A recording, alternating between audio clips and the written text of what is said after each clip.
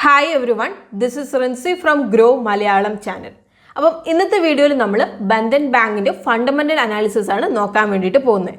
അപ്പം ഇപ്പോൾ നിങ്ങൾ നോക്കുകയാണെങ്കിൽ ബന്ധൻ ബാങ്ക് ഒരു നോൺ ഗവൺമെന്റ് ഓർഗനൈസേഷനിൽ നിന്ന് 5600-ൽ-അധികം ബാങ്കിങ് ഔട്ട്ലെറ്റ്സും 60,000-ലധികം എംപ്ലോയീസും അതുപോലെ തന്നെ 2,63,00,000 കോർ കസ്റ്റമേഴ്സിനെ സെർവ് ചെയ്യുന്ന ഒരു യൂണിവേഴ്സൽ ബാങ്ക് ആയിട്ട് ബന്ധൻ ബാങ്ക് വളർന്നിട്ടുണ്ട്. സോ നമുക്കിന്ന് ബന്ധൻ ബാങ്കിന്റെ സ്റ്റോറി നമുക്ക് നോക്കാം. ചന്ദ്രശേഖർ ഘോഷാണ് ബന്ധൻ ബാങ്കിന്റെ ഫൗണ്ടർ. അപ്പോൾ അദ്ദേഹം ഒരു സാധാരണ ഫാമിലിയിലാണ് ജനിച്ചത്. അപ്പോൾ കുട്ടിയായിരുന്ന സമയത്ത് അദ്ദേഹം അഗർതലയിലുള്ള അദ്ദേഹത്തിൻ്റെ അച്ഛൻ്റെ സ്വീറ്റ് ഷോപ്പിൽ വർക്ക് ചെയ്യായിരുന്നു. അങ്ങനെ അദ്ദേഹം പഠിത്തമൊക്കെ കംപ്ലീറ്റ് ചെയ്തതിന് ശേഷം ബംഗ്ലാദേശിലുള്ള ഒരു NGOയിൽ അദ്ദേഹം ജോയിൻ ചെയ്തു. അപ്പം ഇവിടുന്നാണ് അദ്ദേഹത്തിന് ഒരുപാട് ദാരിദ്ര്യം അനുഭവിക്കുന്ന ആൾക്കാരെ കണ്ടുമുട്ടുന്നത്. അപ്പം അവരുടെ ആവശ്യങ്ങൾക്കൊക്കെ വേണ്ടി മണി ലെൻഡേഴ്സിൻ്റെ കയ്യിൽ നിന്ന് കടം വാങ്ങുന്നവരൊക്കെ ഇവിടെ വെച്ച് അദ്ദേഹം കാണാൻ തുടങ്ങി. അങ്ങനെ അദ്ദേഹം ഇന്ത്യയിലേക്ക് തിരിച്ചു വന്നപ്പോഴാണ് അദ്ദേഹം കാണുന്നത്, അതായത് മണി ലെൻഡേഴ്സൊക്കെ ഇപ്പോൾ 500 രൂപ കടം കൊടുത്താൽ പെർ ഡേ അവർ 5 രൂപ ചാർജ് ചെയ്യുന്നുണ്ടെന്ന്. അപ്പം ചന്ദ്രശേഖർ ഘോഷ് ഇതൊരു ഓപ്പർച്യൂണിറ്റി ആയിട്ട് കണ്ടു. അതായത് ആൾക്കാരെ സെർവ് ചെയ്യുക എന്നത് മാത്രമല്ല, ഇതിനെ ചുറ്റിപ്പറ്റി ഒരു ബിസിനസ് ഉണ്ട് എന്നുള്ളത് അദ്ദേഹം മനസ്സിലാക്കി. സോ അദ്ദേഹം 5 രൂപ ചാർജ് ചെയ്യുന്നതിന് പകരം 1 രൂപ ചാർജ് ചെയ്യാൻ വേണ്ടിയിട്ട് തീരുമാനിച്ചു. സോ അങ്ങനെയെങ്കിൽ ആൾക്കാർക്ക് അവരുടെ സേവിങ്സും കൂട്ടാം. അങ്ങനെ 2001-ൽ അദ്ദേഹം ഒരു NGO, അതായത് നോൺ ഗവൺമെൻറ് ഓർഗനൈസേഷൻ സെറ്റപ്പ് ചെയ്തു, ബന്ധൻ കോനഗർ. സോ ഇത് സെറ്റപ്പ് ചെയ്തതിൻ്റെ ഉദ്ദേശം എന്താണെന്ന് വെച്ചിട്ടുണ്ടെങ്കിൽ വുമണിന് മൈക്രോ ക്രെഡിറ്റ് കൊടുക്കുക, എന്നിട്ട് അതിലൂടെ അവർക്കൊരു ഓണ്ടർപ്രണർഷിപ്പ് ഉണ്ടാക്കി കൊടുക്കുക, അങ്ങനെ അവർക്കൊരു സസ്റ്റൈനബിൾ ലിവിങ്ങിന് ഹെൽപ്പ് ചെയ്യുക എന്ന ഉദ്ദേശത്തിലായിരുന്നു.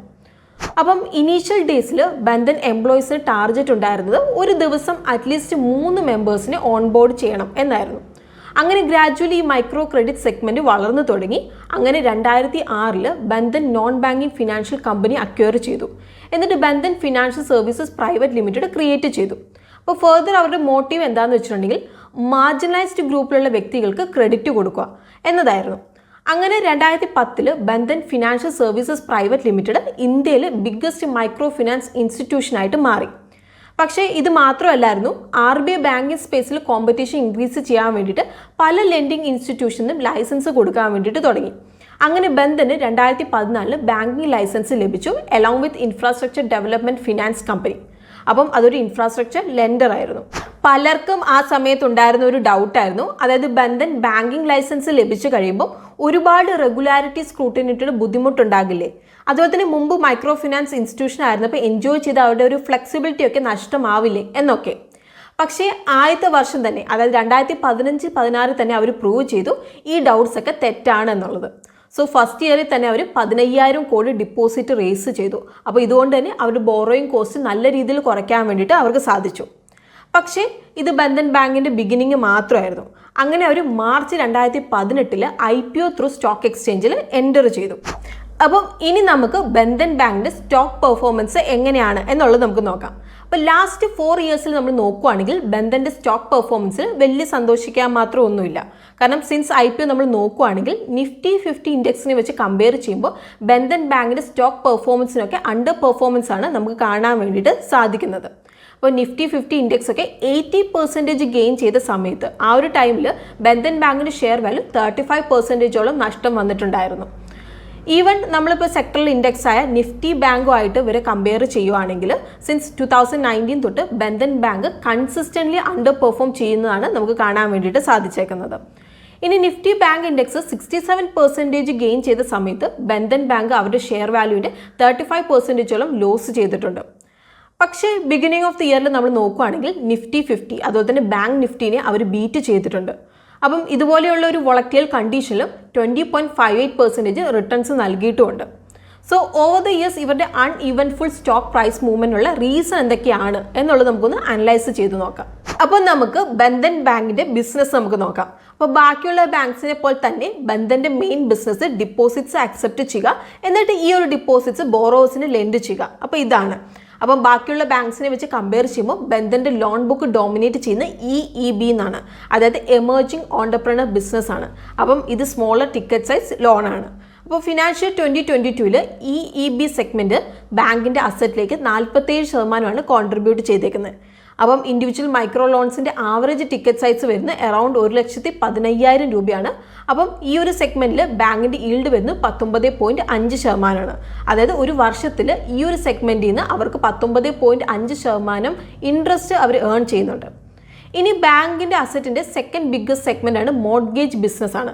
അപ്പം ഇതിൽ ഇൻക്ലൂഡ് ചെയ്തതാണ് Gujarat rural housing finance corporation acquire ചെയ്തേക്കുന്നത്. അപ്പം ഈ ഒരു ഹൗസിംഗ് ലോണിൻ്റെ ആവറേജ് ടിക്കറ്റ് സൈസ് വരുന്നത് അറൗണ്ട് 13,50,000 രൂപയാണ്.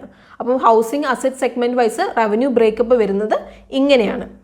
ഇനി നമ്മൾ ബാങ്കിൻ്റെ ലയബിലിറ്റീസ് നോക്കുകയാണെങ്കിൽ, അതായത് ബാങ്കിൻ്റെ ബോറോയിങ്സ് അതുപോലെ തന്നെ അവർ അക്സെപ്റ്റ് ചെയ്യുന്ന ഡിപ്പോസിറ്റ്സ്. അപ്പം ഇവരുടെ കറണ്ട് അക്കൗണ്ട് അതുപോലെ തന്നെ സേവിങ്സ് അക്കൗണ്ട് ഡിപ്പോസിറ്റ്സ് ഇവരുടെ ടോട്ടൽ ലയബിലിറ്റീസിൻ്റെ 40% എബോ ആണ്. സോ ഈ ഒരു കറണ്ട് അക്കൗണ്ട് അതുപോലെ തന്നെ സേവിങ്സ് അക്കൗണ്ട് ഡിപ്പോസിറ്റ് ഒക്കെ നമ്മുടെ ബാങ്കൊക്കെ ലോ ഇൻട്രസ്റ്റ് ആണ് പേ ചെയ്യുന്നത്. സോ അതുകൊണ്ട് തന്നെ ഈ കറണ്ട് അക്കൗണ്ട് ഡിപ്പോസിറ്റ്സ് അതുപോലെ തന്നെ സേവിങ്സ് അക്കൗണ്ട് ഡിപ്പോസിറ്റ്സ് ഒക്കെ കൂടുന്നത് ബാങ്കിന് ബെനിഫിറ്റ് ആണ്. അപ്പോൾ ഫിനാൻഷ്യൽ 2020 അവരുടെ കറണ്ട് അക്കൗണ്ട് ഡിപ്പോസിറ്റ്സ് അതുപോലെ സേവിങ്സ് അക്കൗണ്ട് ഡിപ്പോസിറ്റ് വന്നിരിക്കുന്നത് 20,000 കോടിയിൽ നിന്ന് ഫിനാൻഷ്യൽ 2022 40,000 കോടിയായിട്ട് കൂടിയിട്ടുണ്ട്. അടുത്തൊരു ഡിപ്പോസിറ്റ്സ് ആണ് റീറ്റെയിൽ ടേം ഡിപ്പോസിറ്റ്സ്. അപ്പം ഇത് ടോട്ടൽ ലയബിലിറ്റീസിന് 35% ആണ്. സോ യൂണിവേഴ്സൽ ബാങ്ക് ആയിട്ട് കൺവേർട്ട് ചെയ്തതിന് ശേഷം ഇവരുടെ ലോൺ ബുക്ക് അതുപോലെ തന്നെ ഡിപ്പോസിറ്റ്സിലൊക്കെ നമുക്കൊരു ഗ്രോത്ത് ആണ് കാണുന്നത്. അപ്പോൾ ലാസ്റ്റ് 4 ഇയേഴ്സിൽ നമ്മൾ നോക്കുകയാണെങ്കിൽ ബാങ്കിൻ്റെ അസറ്റ് അതുപോലെ തന്നെ ലയബിലിറ്റി ബുക്കൊക്കെ ട്രിപ്പിൾ ആയിട്ടുണ്ട്. അപ്പം ഒരു റീജിയണൽ പ്ലെയറിൽ നിന്ന് പാൻ ഇന്ത്യ പ്ലെയറായി മാറിയ ഒരു എക്സ്പാൻഷൻ അപ്പോൾ ബാങ്കിൻ്റെ ഗ്രോത്തിൽ നമുക്ക് കാണാൻ വേണ്ടിയിട്ട് സാധിക്കുന്നുണ്ട്. അപ്പം അക്രോസ് ഇന്ത്യ നമ്മൾ നോക്കുകയാണെങ്കിൽ ഇപ്പം 5,640 banking outlets through banking operation നടത്തുന്നുണ്ട്. അപ്പോൾ ഇന്ത്യയിലെ കമ്പനിക്ക് കൂടുതൽ കോൺസെൻട്രേഷൻ ഉള്ള ഈസ്റ്റേൺ പാർട്സിലാണ്. പക്ഷേ ജോഗ്രഫിക്കൽ ഡൈവേഴ്സിഫിക്കേഷൻ ടേംസിൽ നമ്മൾ നോക്കുകയാണെങ്കിൽ 42% ബ്രാഞ്ചസും അതർ ദാൻ ഈസ്റ്റേൺ അതുപോലെ തന്നെ നോർത്ത് ഈസ്റ്റേൺ റീജിയനിലാണ്. അപ്പോൾ ബാങ്ക് അവരുടെ മിഷൻ ഫുൾഫിൽ ചെയ്ത് തന്നെയാണ് പോകുന്നത്. അതായത് 72% ബാങ്കിങ് ഔട്ട്ലെറ്റ്സും റൂറൽ അതുപോലെ തന്നെ സെമി അർബൺ ഏരിയാസിലാണ്. അതായത് ചീപ്പ് ക്രെഡിറ്റ് കിട്ടാൻ ബുദ്ധിമുട്ടുള്ള റീജിയൻസിനെ സെർവ് ചെയ്യുകയാണ് ചെയ്യുന്നത്. അപ്പം ഈ ഒരു സെഗ്മെൻറ്റിൽ നമ്മൾ നോക്കുകയാണെങ്കിൽ 1,27,00,000 ആക്റ്റീവ് ബോറോവേഴ്സാണ് ഉള്ളത്.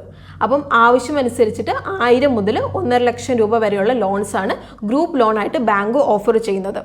അപ്പോൾ പുതിയ ബിസിനസ് സ്റ്റാർട്ട് ചെയ്യാനായിട്ട് അവർ ലോൺ ഓഫർ ചെയ്യുന്നുണ്ട്. അതുപോലെ തന്നെ എമർജൻസി നീഡ്സ് അതുപോലെ തന്നെ എഡ്യൂക്കേഷണൽ പർപ്പസിനൊക്കെ അവർ ലോൺ ഓഫർ ചെയ്യുന്നുണ്ട്. അപ്പം സ്മോൾ ബിസിനസ് ആൻഡ് അഗ്രി ലോൺസിൻ്റെ ഉള്ളിൽ കമ്പനി 26,000 മുതൽ 3,00,000 രൂപ വരെയുള്ള ലോണ് കമ്പനി ഓഫർ ചെയ്യുന്നുണ്ട് ഫോർ റിലേറ്റീവ്ലി ബിഗ്ഗർ ബിസിനസ്, അതായത് കമ്പയർഡ് ടു നമ്മുടെ EEB ബിസിനസ്. അതുപോലെ 10 ലക്ഷം വരെയുള്ള മൈക്രോ ലോൺസ് അതുപോലെ തന്നെ 2 വീലേഴ്സിനൊക്കെ. അപ്പം ഇതുകൂടാതെ company car loans, housing loans അതുപോലെ തന്നെ സ്മോൾ മീഡിയം എൻ്റർപ്രൈസിനുള്ള കൊമേഴ്ഷ്യൽസ് ഒക്കെ നൽകുന്നുണ്ട്. അതുപോലെ തന്നെ തേർഡ് പാർട്ടി പ്രൊഡക്ട്സ് ഒക്കെ ഇവർ സെല്ല് ചെയ്യുന്നുണ്ട്, ലൈക്ക് ഇൻഷുറൻസ് അതുപോലെ തന്നെ മ്യൂച്വൽ ഫണ്ട്സിൽ ഫീസ് ആയിട്ടൊക്കെ അവർ ഇൻകം കളക്ട് ചെയ്യുന്നുണ്ട്. ഇവിടുത്തെ ബോറോവേഴ്സ് വരുന്ന സെമി സ്കിൽഡ് സെൽഫ് എംപ്ലോയ്ഡ് കാറ്റഗറിയിൽ വരുന്നവരാണ്.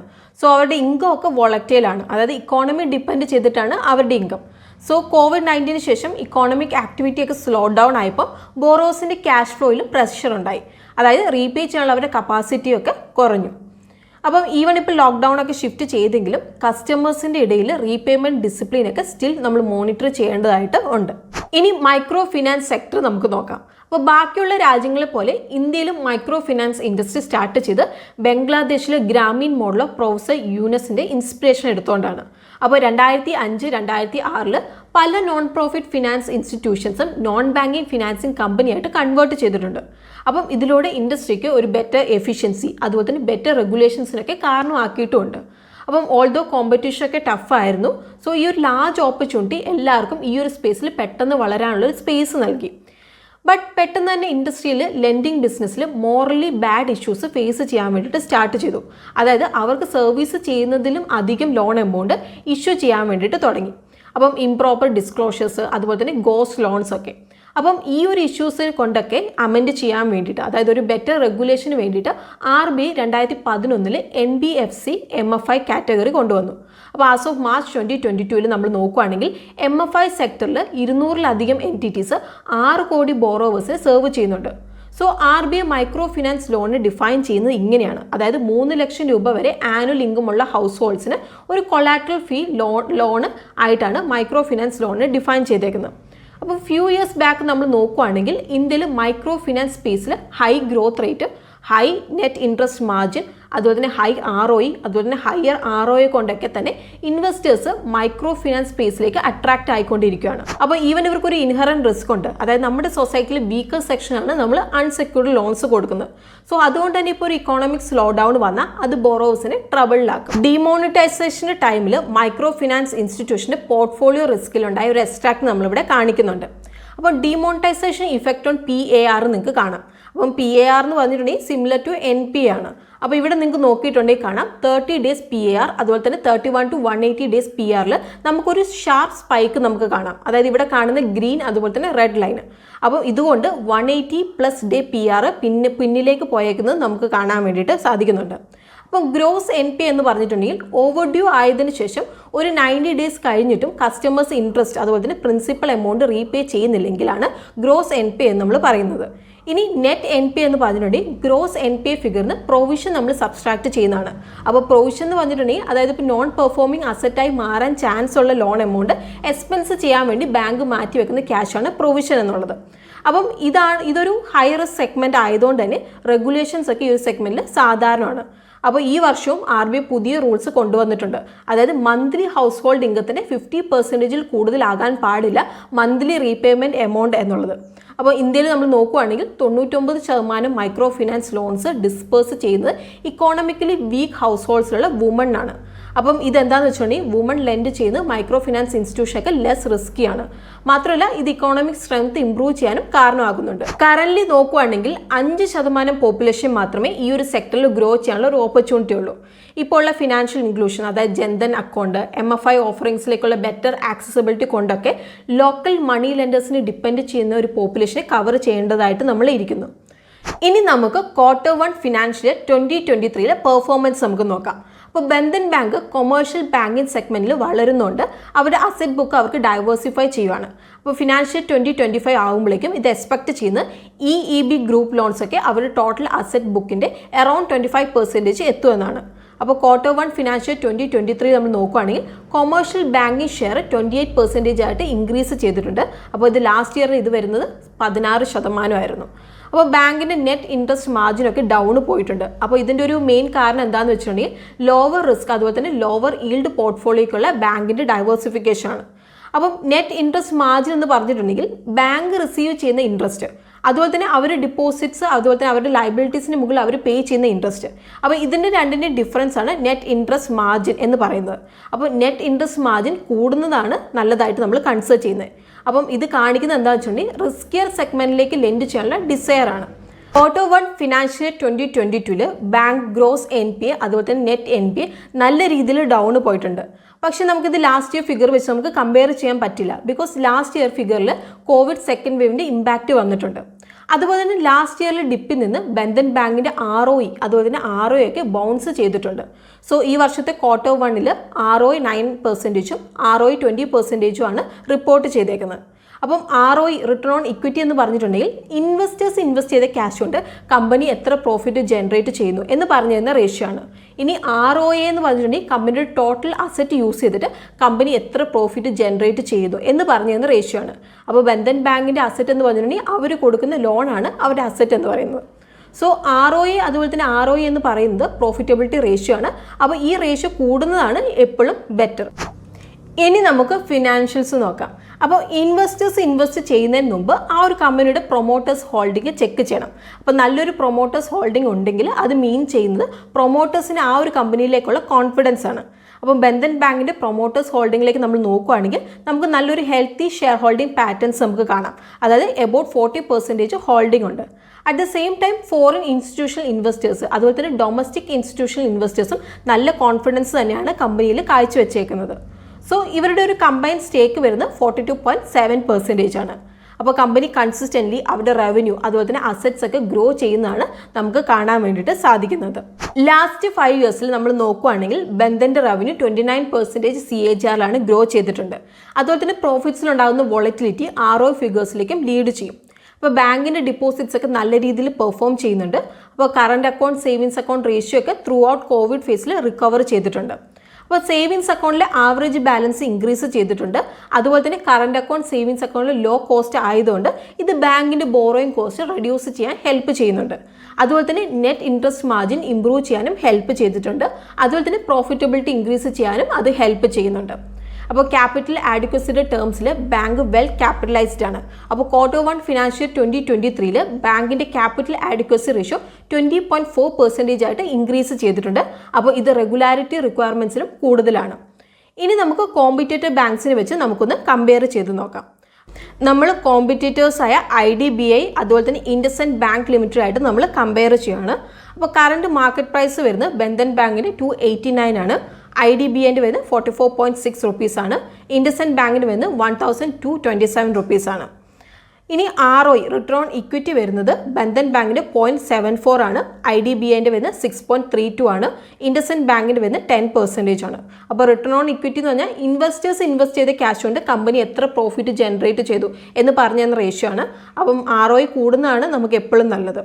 ഇനി സ്റ്റോക്ക് PE വരുന്നത് ബന്ധൻ്റെ വരുന്നത് 72.8 ആണ്. IDBIൻ്റെ വരുന്നത് 17.8 ആണ്. ഇൻഡസ്ഇൻഡ് ബാങ്കിൻ്റെ വരുന്നത് 18.2 ആണ്. അതായത് സ്റ്റോക്ക് PE എന്ന് പറഞ്ഞിട്ടുണ്ടെങ്കിൽ ഇപ്പം നമ്മുടെ കമ്പനി ₹1 ഏൺ ചെയ്യുമ്പോൾ ഇൻവെസ്റ്റേഴ്സ് എത്ര രൂപ കൊടുത്തത് വാങ്ങാൻ റെഡിയാണ് എന്ന് പറഞ്ഞു തരുന്ന റേഷ്യോ ആണ് PE റേഷ്യോ എന്നുള്ളത്. ഇനി റിട്ടേൺ ഓൺ അസറ്റ് നമ്മൾ നോക്കുകയാണെങ്കിൽ അതായത് കമ്പനിയുടെ ടോട്ടൽ അസറ്റ് യൂസ് ചെയ്തിട്ട് കമ്പനി എത്ര പ്രോഫിറ്റ് ജനറേറ്റ് ചെയ്തു എന്ന് പറഞ്ഞു തരുന്ന റേഷ്യോ ആണ് റിട്ടേൺ ഓൺ അസറ്റ് എന്നുള്ളത്. ബന്ധൻ ബാങ്കിൻ്റെ റിട്ടേൺ ഓൺ അസറ്റ് വരുന്നത് 0.10 ആണ്. IDBIൻ്റെ വരുന്നത് 0.85 ആണ്. അതുപോലെ തന്നെ ഇൻഡസ്ഇൻഡ് ബാങ്കിന് വരുന്നത് 1.21 ആണ്. ഇനി 52 വീക്ക് ലോ നോക്കുകയാണെങ്കിൽ ബന്ധൻ ബാങ്കിന് 230 റുപ്പീസ് ആണ്. IDBIൻ്റെ വരുന്നത് 30.5 റുപ്പീസ് ആണ്. അതുപോലെ തന്നെ ഇൻഡസ്ഇൻഡ് ബാങ്കിൻ്റെ വരുന്നത് 763 റുപ്പീസ് ആണ്. ഇനി 200 DMA വരുന്നത് Bandhan bank 296.3, IDBI 40.78, IndusInd bank 972.24 ആണ്. ഇനി RSI വരുന്നത് Bandhan bank 50.7, IDBI 61.5, IndusInd bank 64.3 ആണ്. ഇനി അടുത്തത് നെറ്റ് ഇൻട്രസ്റ്റ് മാർജിൻ ആണ്. അപ്പോൾ നെറ്റ് ഇൻട്രസ്റ്റ് മാർജിൻ എന്ന് പറഞ്ഞിട്ടുണ്ടെങ്കിൽ ഇപ്പോൾ കമ്പനി ഏൺ ചെയ്യുന്ന ടോട്ടൽ ഇൻട്രസ്റ്റ്, അതായത് ഇൻട്രസ്റ്റ് ഇൻകം അതുപോലെ തന്നെ ഇൻട്രസ്റ്റ് എക്സ്പെൻസ്, ഇതിൻ്റെ ഡിഫറൻസിനെയാണ് നമ്മൾ നെറ്റ് ഇൻട്രസ്റ്റ് എന്ന് നമ്മൾ പറയുന്നത്. അപ്പോൾ നെറ്റ് ഇൻട്രസ്റ്റ് മാർജിൻ എന്ന് പറഞ്ഞിട്ടുണ്ടെങ്കിൽ interest income minus interest expense divided by earning assets ആണ്. അതായത് ബാങ്കിൻ്റെ ഏർണിംഗ് അസറ്റ്സിൽ നിന്ന് എത്രത്തോളം നെറ്റ് റിട്ടേൺസ് ഏൺ ചെയ്യുന്നുണ്ട് എന്നാണ് നെറ്റ് ഇൻട്രസ്റ്റ് മാർജിൻ കൊണ്ട് ഉദ്ദേശിക്കുന്നത്. അപ്പോൾ ബന്ധൻ ബാങ്കിൻ്റെ വരുന്നത് 8.17 ആണ്. IDBI ബാങ്കിൻ്റെ വരുന്നത് 3.73 ആണ്. ഇൻഡസ്ഇൻഡ് ബാങ്ക് ലിമിറ്റഡിൻ്റെ വരുന്നത് 4.11 ആണ്. ഇനി ക്യാപിറ്റൽ ആഡിക്വസി റേഷ്യോ വരുന്നത് ബന്ധൻ ബാങ്കിൻ്റെ 18.90 ആണ്. IDBI 19.1 ആണ്. ഇൻഡസ്ഇൻഡ് ബാങ്ക് ലിമിറ്റഡ് വരുന്നത് 18.42 ആണ്. സോ ഇന്ന് നമ്മൾ ബന്ധൻ ബാങ്കിൻ്റെ ഫണ്ടമെൻ്റൽ അനാലിസിസ് ആണ് ചെയ്തത്. സോ ഇന്നത്തെ വീഡിയോയിൽ നമ്മൾ കമ്പനിയുടെ ഒറിജിൻ, ബിസിനസ്, അതുപോലെ തന്നെ ഓവർ ദി ഇയേഴ്സ് കമ്പനിയുടെ പെർഫോമൻസ് ഒക്കെയാണ് നമ്മൾ നോക്കിയത്. അപ്പം ഇന്നത്തെ വീഡിയോ നമ്മൾ ഫുള്ളി എഡ്യൂക്കേഷണൽ പർപ്പസിനാണ് നമ്മൾ കവർ ചെയ്തിരിക്കുന്നത്. ഇതൊരു ബയോ സെൽ റെക്കമെൻഡേഷൻ അല്ല. അപ്പം ഏതൊരു സ്റ്റോക്കിലും നിങ്ങൾ ഇൻവെസ്റ്റ് ചെയ്യുന്നതിന് മുമ്പ് നിങ്ങൾ ഡീറ്റെയിൽ റിസർച്ച് ആൻഡ് അനാലിസിസ് ചെയ്തതിന് ശേഷം മാത്രം നിങ്ങൾ ഇൻവെസ്റ്റ് ചെയ്യാൻ വേണ്ടിയിട്ട് ശ്രദ്ധിക്കുക. അപ്പം ഇന്നത്തെ വീഡിയോ നിങ്ങൾക്ക് ഇഷ്ടമായിട്ടുണ്ടെങ്കിൽ വീഡിയോ നിങ്ങൾ ലൈക്ക് ചെയ്യണം. അതുപോലെ തന്നെ നമ്മുടെ ചാനലിൻ്റെ കണ്ടന്റ് ഒക്കെ നിങ്ങൾക്ക് ഇഷ്ടമാവുന്നുണ്ടെങ്കിൽ നമ്മുടെ ചാനലൊന്ന് സബ്സ്ക്രൈബ് ചെയ്യാൻ വേണ്ടി കൂടി നിങ്ങൾ ശ്രദ്ധിക്കണം. അപ്പം നമുക്ക് ഇതുപോലെയുള്ള ഇൻട്രസ്റ്റിംഗ് വീഡിയോസ് ആയിട്ട് നമുക്ക് വീണ്ടും കാണാം. അതുവരെ take care and bye from Rincy.